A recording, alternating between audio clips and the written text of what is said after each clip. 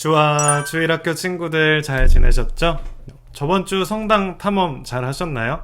네, 우리 아는 만큼 보인다고 하죠.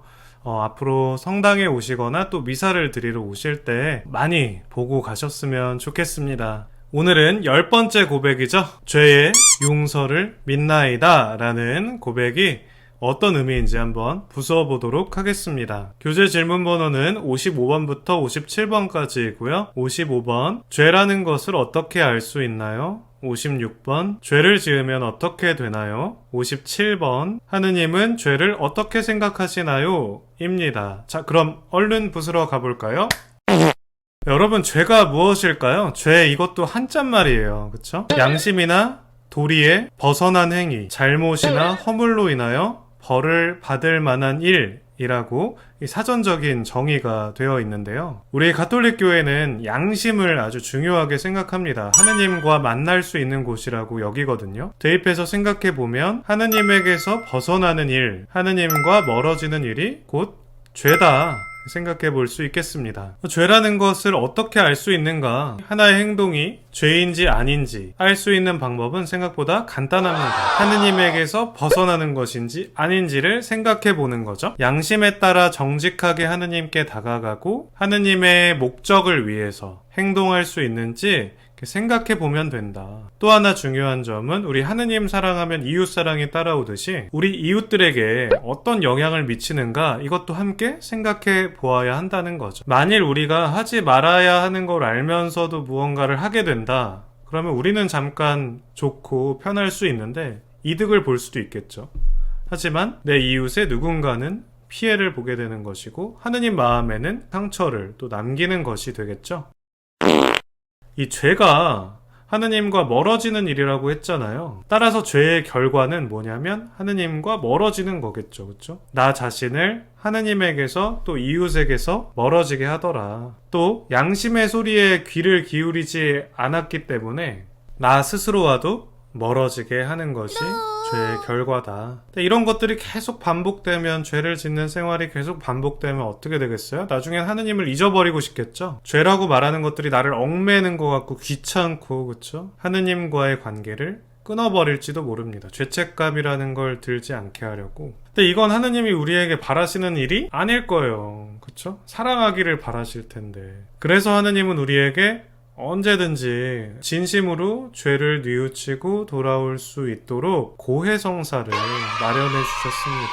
고해성사는 우리가 아무리 넘어져도 한 번 더 일어날 수 있는 은총을 주는 성사예요. 무너진 벽을 다시 세우는 일이죠. 우리가 하느님과 멀어진 행동에 대하여 마음을 다해서 뉘우치고 돌아온다면 하느님은 우리의 죄를 반드시 분명히 용서해 주실 거고 우리를 따뜻하게 안아주실 거예요.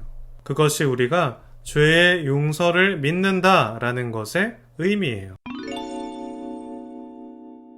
왜 용서해 주는가? 하느님은 죄는 싫어하시지만 나와 멀어지게 하는 거니까 당연히 싫어하겠죠. 하지만 죄를 짓는 사람들, 죄인들은 끝까지 사랑하시기 때문이에요. 죄를 지으니까 사랑하는 게 아니고 죄를 지을 수밖에 없지만 계속해서 돌아오려고 하는 사람들인 거죠. 그렇죠? 우리는 약한 존재이기에 다른 사람을 아프게도 하고 잘못을 저지르기도 해요. 하지만 동시에 우리가 약한 존재이기 때문에 하느님은 우리가 언제나 당신을 찾기를 바라고 계시고 사랑으로 안아줄 준비를 늘 하고 계시다. 그것을 방해할 수 있는 것은 이 세상에 단 하나도 없습니다. 심지어 나의 의지마저도 하느님께서 바꿀 수 있는 은총을 분명히 주실 거예요. 그런데 여러분, 용서해 주시니까 그냥 죄 짓고 탱자탱자 놀아야지? 이렇게 생각하면 안 된다는 거죠. 내가 어떤 상황에서 쉽게 하느님과 멀어지려고 할까? 계속 똑같은 죄를 짓지 않으려면 나는 어떤 것을 해야 할까? 어떤 것을 조심해야 할까? 고민하는 것이 하느님의 사랑에 응답하는 또 다른 길이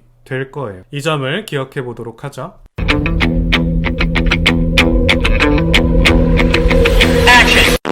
네, 오늘은 죄의 용서에 대하여 부수어 보았습니다. 하느님과 멀어지는 것이 죄이고 하느님과 이웃에게 또 나에게 어떤 영향을 미치는지 살펴보면 이게 죄인지 아닌지 알 수 있다. 또 하느님은 고해성사를 통해서 우리가 언제든지 진심으로 죄를 뉘우치고 돌아오면 용서해 주시는 분이시다. 그러니까 죄 지어야지가 아니라 어떻게 하면 죄 지을 기회를 피할 수 있을까 고민해야 한다는 거 기억해보죠. 이번 주 댓글 미션은 나만의 통회기도 만들기입니다. 여러분들 통회기도 아시죠? 천년성체 하신 분들은 너무나 잘 아실 거고 가톨릭 기도서에 있는 통회기도를 보시고 그 기도를 참고해서 나만의 통회기도를 이렇게 만들어 보시면 좋겠습니다. 그걸 댓글에 적어주시는 거예요. 뭐 짧아도 되고 길어도 상관없습니다. 다른 사람들 것도 이렇게 보면서 남겨보는 시간을 가져보시면 좋겠고요. 저도 함께 여러분들 기도 보면서 배워보겠습니다. 그리고 여러분들이 만드신 기도를 하루가 끝날 때에 한번 바쳐보시면